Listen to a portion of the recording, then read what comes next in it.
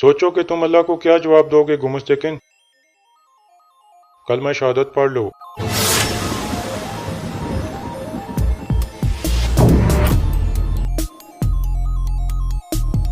मैं तुम्हें आखिरी दफा कह रहा हूं अर्थुल, मार्ग्रेव को मेरे हवाले कर दो।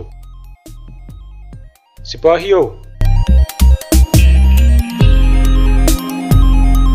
चंगेज खान के मानने वाले मेरे बहादुर सिपाहियों, हम इंतकाम लेने के लिए इन जमीनों पर आए हैं, इंतकाम के लिए। अस्सलाम वालेकुम नाजरीन। इस किस्त के आगाज में बानो जिजिक दुआन को कहती है, अल्लाह तुम पर राजी हो, तुमने दो दुर्गा कबीले को इस मुसीबत से बचा लिया है। दुआन कहता है, अगर तुम यहाँ ना होती तो बहुत सा खून बहता और सच भी सामने ना आता। फिर बानो जिजिक कहती है, अगर तुम्हें कोई मसला हो तो मुझे तलाश कर लेना। यह कहकर वो जाने लगती है तो दुआन उसे आवाज़ देकर रोक लेता है और कहता है, मैं उस वक्त तुम्हें कहाँ तलाश करूंगा जब हमारे कबीले मुख्तलिफ जगहों पर चले जाएंगे। बानो कहती है, तुम हर वक्त मेरे दिल में हो दुआन अल्प। फिर वो शर्मा कर वहाँ से चली जाती है।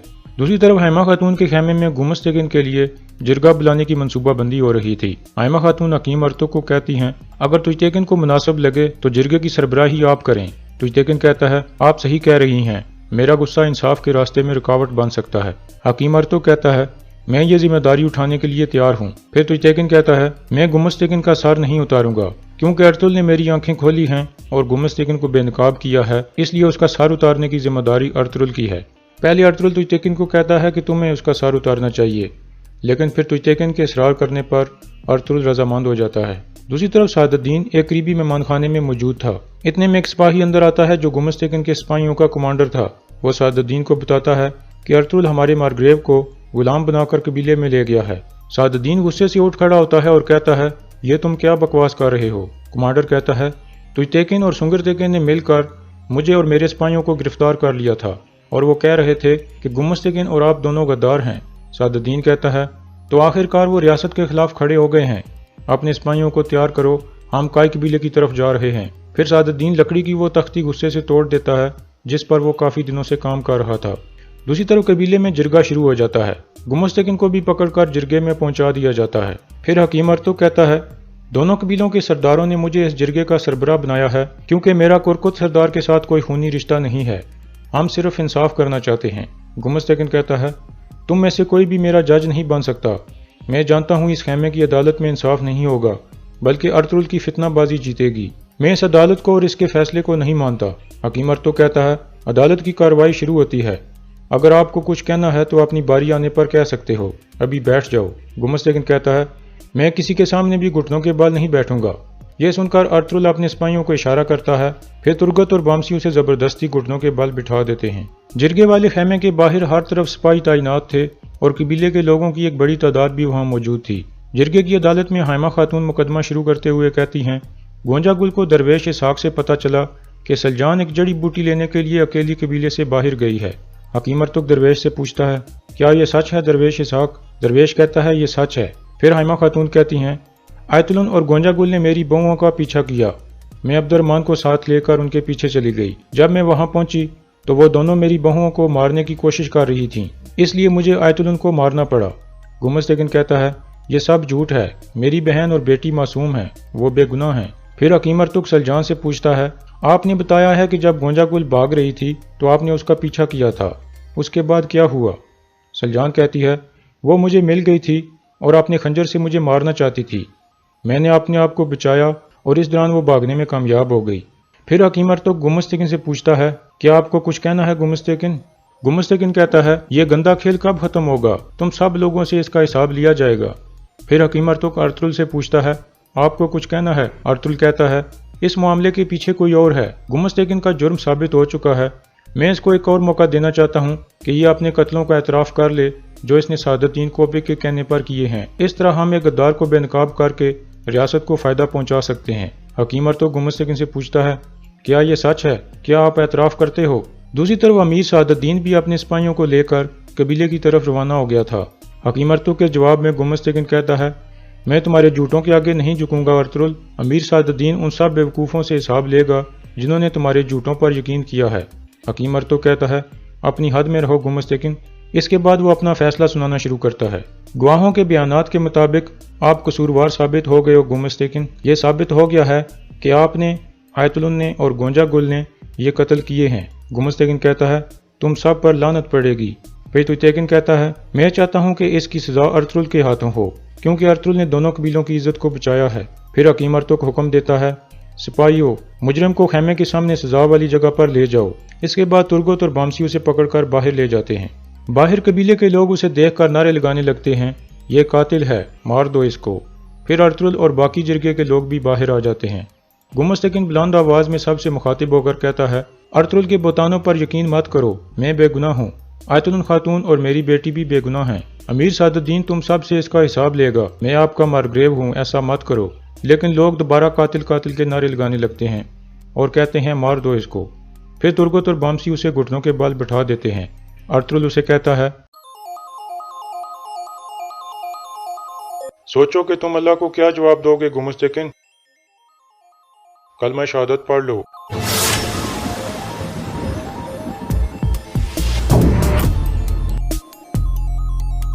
ارطغرل جیسے ہی تلوار ہوا میں بلند کرتا ہے قبیلے کا ڈول بجنے لگتا ہے، جو اس بات کی نشانی تھی کہ کوئی آ رہا ہے۔ ارطغرل تلوار نیچے کر لیتا ہے اور سب لوگ اس طرف دیکھنے لگتے ہیں۔ امیر سعد الدین اپنے سپاہیوں کے ساتھ وہاں پہنچ گیا تھا۔ سعد الدین اپنا گھوڑا ان کے سامنے کھڑا کرتا ہے۔ گمستکن اسے دیکھ کر خوش ہو جاتا ہے۔ پھر سعد الدین غصے سے کہتا ہے سلطان علاء الدین کی خاطر میں آپ کو حکم دیتا ہوں کہ یہ سزا روک دو، لیکن ارطغرل پر کوئی اثر نہیں ہوتا۔ پھر سعد الدین کہتا ہے ارطغرل اپنی تلوار نیچے کرو، میں یہاں اس لیے آیا ہوں تاکہ مارگریو کو بے بنیاد الزاموں سے چھڑا سکوں۔ ارطغرل کہتا ہے دونوں قبیلوں کے جرگے نے مارگریو کا فیصلہ نہیں کیا، بلکہ کرکت صاحب اور دورو خاتون کے قاتل کا فیصلہ کیا ہے، اس کو سزا دی جائے گی۔ سعد الدین غصے میں کہتا ہے ارطغرل اپنی حد کو عبور مت کرو۔ پھر وہ سپاہیوں کو آواز دیتا ہے تو سب سپاہی اپنی تلواریں نکال لیتے ہیں، جس کے بعد قبیلے کے سپاہی بھی اپنی تلواریں نکال لیتے ہیں۔ اسی دوران حائمہ خاتون بول پڑتی ہیں اور کہتی ہیں امیر سعد الدین، میں نے اپنے کانوں سے سنا ہے کہ آیت اور گونجا گول نے کرکت بائی اور ان کی بیوی دورو خاتون کو قتل کیا تھا، میں اس معاملے کی گواہ ہوں۔ سعد الدین کہتا ہے لیکن گمستکن کا کیا قصور ہے؟ ارطغرل کہتا ہے اس نے اپنی بہن اور بیٹی کو استعمال کیا ہے تاکہ یہ مرگریو بن سکے۔ سعد الدین کہتا ہے کیا تمہارے پاس کوئی ثبوت ہے ارطغرل؟ تویتیکن کہتا ہے میں بھی گواہ ہوں امیر سعد الدین۔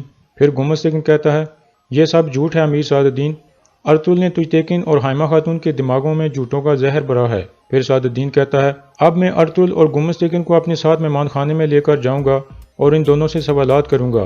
سچ کو سامنے لانا میری ذمہ داری ہے، ورنہ دونوں قبیلوں کے جرگے والے آدمیوں کو ریاست کے خلاف باغی سمجھا جائے گا، یہ میری آخری انتباہ ہے۔ ارطغرل کہتا ہے ہم مرنے سے خوفزدہ نہیں ہیں الحمدللہ۔ میں تمہیں آخری دفعہ کہہ رہا ہوں ارطغرل، مارگریو کو میرے حوالے کر دو۔ سپاہیوں،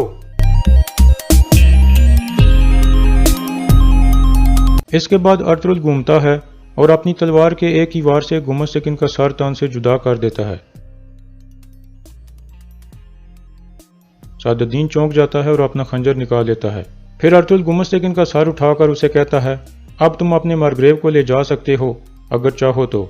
سعد الدین غصے سے کہتا ہے یہ مت سوچو کہ تمہیں اس کا حساب نہیں دینا پڑے گا ارطغرل، اب سے تمہیں ریاست کے دشمن کے طور پر دیکھا جائے گا، تم سب کو شرم آنی چاہیے، اب مجھ سے اور ریاست کے غصے سے ڈرو، تم لوگ سکون کو بھول جاؤ گے، جن لوگوں نے بھی ارطغرل کا ساتھ دیا ہے ان سب کو ان کی قیمت چکانی ہوگی۔ یہ کہہ کر سعد الدین اپنا گھوڑا موڑتا ہے اور اپنے سپاہیوں کے ساتھ واپس روانہ ہو جاتا ہے۔ اس کے جانے کے بعد ارطغرل سب سے مخاطب ہو کر بلند آواز میں کہتا ہے آپ لوگ اوغوز خان کے شاندار بچے ہو، میں نے آپ لوگوں کی آنکھوں میں وہ خوف دیکھا ہے جو پہلے کبھی نہیں دیکھا، میں جانتا ہوں یہ خوف ریاست کے لیے آپ کی محبت کی وجہ سے ہے، لیکن آپ اس امیر سعد الدین سے خوفزدہ نہ ہوں، وہ کچرے کا ایک ٹکڑا ہے، کیونکہ تم لوگ ہمیشہ ریاست کے لیے کھڑے رہے ہو اور آگے بھی کھڑے رہو گے۔ یہ ہماری ذمہ داری ہے کہ ان لوگوں کے خلاف کھڑے ہوں جو شیطانوں کے ساتھ گٹھ جوڑ کر کے ہماری ریاست کو نقصان پہنچاتے ہیں۔ ہم نے انصاف کیا ہے، بے شک اللہ سب کچھ دیکھتا ہے جو ہم کرتے ہیں۔ اس کے بعد سب لوگ ارطغرل زندہ باد کے نعرے لگانے لگتے ہیں، پھر سب لوگ واپس اپنے اپنے کاموں کی طرف چلے جاتے ہیں۔ ارطغرل اور حکیم ارطغرل گندوگدو کے خیمے میں پہنچتے ہیں۔ حکیم ارطغرل سلجان کو باہر بھیج دیتا ہے اور ارطغرل کو کہتا ہے گندوگدو صاحب اب سپاہیوں کے کمانڈر کے طور پر نہیں رہ سکتے، ان کی صورتحال کافی خراب ہے، اس لیے ہمیں دونوں قبیلوں کی سلامتی کے لیے کوئی فیصلہ کرنا ہوگا۔ اس کے بعد حکیم ارطغرل ایک خنجر کو آگ کے انگاروں میں گرم کرتا ہے ताकि गंदोगदों के फोड़े को साफ किया जा सके। दूसरी तरफ गुमस्तेकिन को एक कब्र खोद कर दफन कर दिया जाता है। मट्टी डालने के बाद 3 सिपाही वहां से चले जाते हैं, लेकिन तुश्तेकिन का खास सिपाही बुआज वहां बैठकर रोने लगता है। फिर वो कब्र की तरफ देखकर कहता है, गुमस्तेकिन साहब, मैं आपसे वादा करता हूँ कि जिन लोगों ने आपके साथ ये किया है मैं उनसे बदला लूंगा, और बदला लेने तक मैं इस कबीले को और अर्तुल को सुकून से नहीं रहने दूंगा। दूसरी तरफ तुर्गत हथियार तैयार करने वाली जगह पर जाता है और डेली दामीर को याद करके गमगीन हो जाता है। इतने में अर्तुल वहां पहुंचता है और उससे पूछता है, क्या कर रहे हो तुर्गत? तुर्गत कहता है, आज तुरली एक सिपाही के तौर पर अपना पहला कदम उठाने वाला है। मैं उसके लिए एक तलवार तैयार कर रहा हूँ। अगर दामीर बाबा आज जिंदा होते तो तुरली की पहली तलवार वो बनाते, लेकिन अब ये मेरी जिम्मेदारी है। इसके बाद अर्तुल भी उसकी मदद करता है और वह दोनों मिलकर तलवार तैयार करने लगते हैं। दूसरी तरफ नोयान एक बार फिर वापस आ जाता है और एक गार में अपना डेरा बना लेता है। उसके साथ उलू बिलगे और काफी सारे सिपाही भी मौजूद थे। फिर नोयान सिपाहियों के जोश को बढ़ाने के लिए उनसे एक पुरजोश खिताब करता है। आखिर में नोयान कहता है, चंगेज खान के मानने वाले मेरे बहादुर सिपाहियों, हम इंतकाम लेने के लिए इन जमीनों पर आए हैं, इंतकाम के लिए। इसके बाद नोयान के सिपाही जोश में नारे लगाने लगते हैं और नोयान रक्स करने लगता है। दूसरी तरफ अमीर सादुद्दीन ने कुछ शायरों को मेहमान खाने में बुलाया हुआ था। एक शायर कहता है, आप काफी परेशान लग रहे हैं, क्या कुछ लोग आपके खिलाफ कोई चाल चल रहे हैं?